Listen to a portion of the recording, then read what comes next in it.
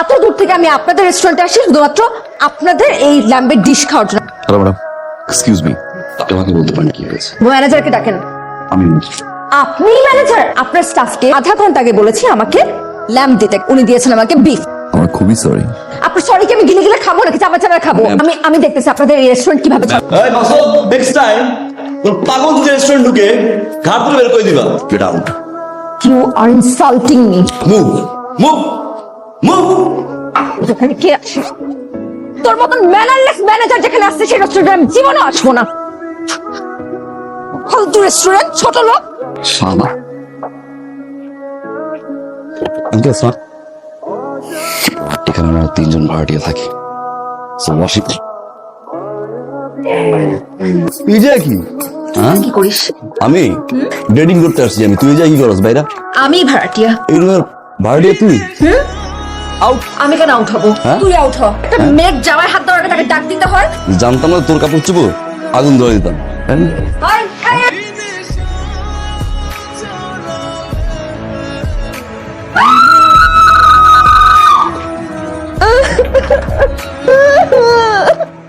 বশির ভাই, আমি ওয়াশরুমে গিয়েছি শাওয়ার নিতে, আমার কাপড়টা চেঞ্জ করব, তখন এসে ঢুকে যাবে। এই এই তখনই আমি আমার টাওয়ালটা খোলা আমাকে দেখে ফেলছে। এই বশির ভাই, কোথায় যাচ্ছেন আপনি? দাও আমাকে। একটা মেয়ে আপনার কাছে আসছে সাহায্যের জন্য, আপনার এই বিচার করা লাগবে না। আমি বাঙালি কমিউনিটির কাছে যাব এই ছেলের বিরুদ্ধে বিচার চাইতে। আমি থাকতে এই বিচার কে করবে? এই বাসায় যদি আর কখনো এরকম কাজ করো, তোমাকে আমি এই বাসা থেকে একদম বের করে দেবো। থ্যাংক ইউ বশির ভাই।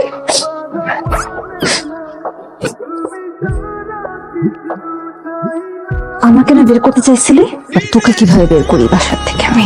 তুই থেকে আর কখনোই আমি আর মদ সিগারেট খাবো না। ওয়েল ডান বশির ভাই, আপনি নিচের থেকে বসে মদ ছাড়ার প্রতিজ্ঞা করছেন, আর উপর থেকে একজন বসে মদ খাওয়ার প্রতিজ্ঞা করেই যাচ্ছে। আমি একটা কাজ করতিস, তোর ওই অ্যাকাউন্ট নাম্বারটা, ব্যাংক অ্যাকাউন্ট নাম্বারটা আমি ক্রস চেক দেই, দেখ এটা তো পানি। সেন্ড করে আমি। ওরা সারা জীবন আমি আমার আপন ছিল ভাই মনে করছি, আর সেই তুই আমারে না জানে জেডির মতো ফ্যান্টাস্টিক। এই জেডি তুই এই না লুকায় রাখতো, তুই খাস, তুই আমার একটা পেগ দেওয়ার প্রয়োজন মনে করলি না? এত বড় বেঈমান। আজকে এই মেয়েটা না বলে তো আমি জানতামই না। আরে ভাইয়া, আমি একটা বোতল ভাঙছি আমি। আরে খাওয়ার ইচ্ছা থাকলে আমি তো আগেই খেয়ে ফেলতাম। আর সেই ভাই এসে আমার থাকার খোটা দিল, খাওয়ার খোটা দিল। তুমি হাগড়া তাকে আসো কেন? যাও জলদি নিচে যাও, মুড়ি চানাচুর রেডি করো আর প্যাকের গ্লাসগুলো রেডি করো। যাও যাও যাও। আমার বাইরে আমি তো অনেক মুক্তি চাই। হ্যালো, তুই কি কোনো মেল পেয়েছিস ইন্টারভিউর জন্য? আমরা যে একসাথে সিভি ড্রপ করলাম।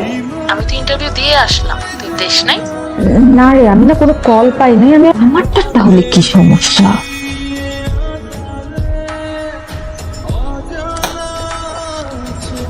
আপনি না আমার অ্যাপয়েন্টমেন্ট লেটার ফিরেন নাই, আপনি ছিঁড়েছেন আমার 3 মাসের স্বপ্ন।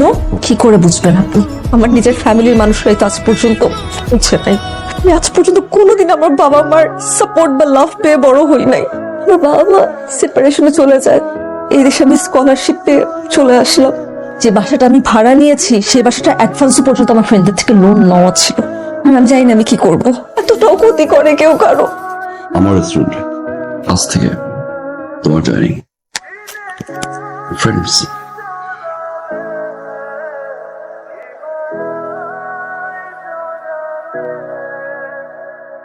জবটা পেয়ে গেছি ঠিকঠাক মতো। স্যালারি কত? আমার পার আওয়ারে $20 করে দেয়। ভালো তো। আচ্ছা, আমি পরে কথা বলছি, ঠিক আছে? বাই। তুমি অনেক বড় হেল্প করেছো আমাকে।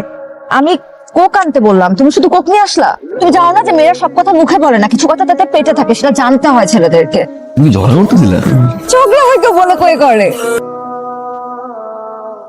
আমার বাসার সমস্যা হোক, আমার চাকরির সমস্যা হোক, সব জায়গাতে তুমি ছিলে। Thank you so much for everything. যার একটা ফাহাদ থাকে না, তার আর কিচ্ছু লাগে না জীবনে। তুমি মারবি? হ্যাঁ, ফাইজলামি করো না তো। আম সিরিয়াস, চলো বিয়ে করি। তুমি চাও আমার সাথে কথা বলবো? চুয়ে বিয়ে। বাসায় যেতাম ওটা। তরিমা, তরিমা, কি ব্যাপার? কিছু না বলে চলে আসলেন? পাহাড়, আমার একটু বাসায় যেতে হবে, ইমার্জেন্সি। চলো তুমি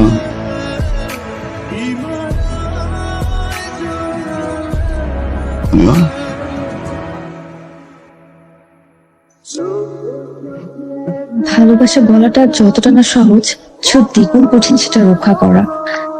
এতদিন আমি তোমাকে যেমন দেখেছি, তোমার হাসি, তোমার কথা, সব মিলিয়ে যে কোনো মেয়ে তোমার মতো ছেলের প্রেমে পড়াটা বেশ স্বাভাবিক। সত্যি বলতে আমিও ধীরে ধীরে তোমার প্রতি দুর্বল হয়ে পড়েছি। কখনো কখনো নিজের চাওয়াটা পাওয়ার চেয়েও সারা জীবন না পাওয়ার আক্ষেপ নিয়ে বেঁচে থাকাটাই শ্রেয়।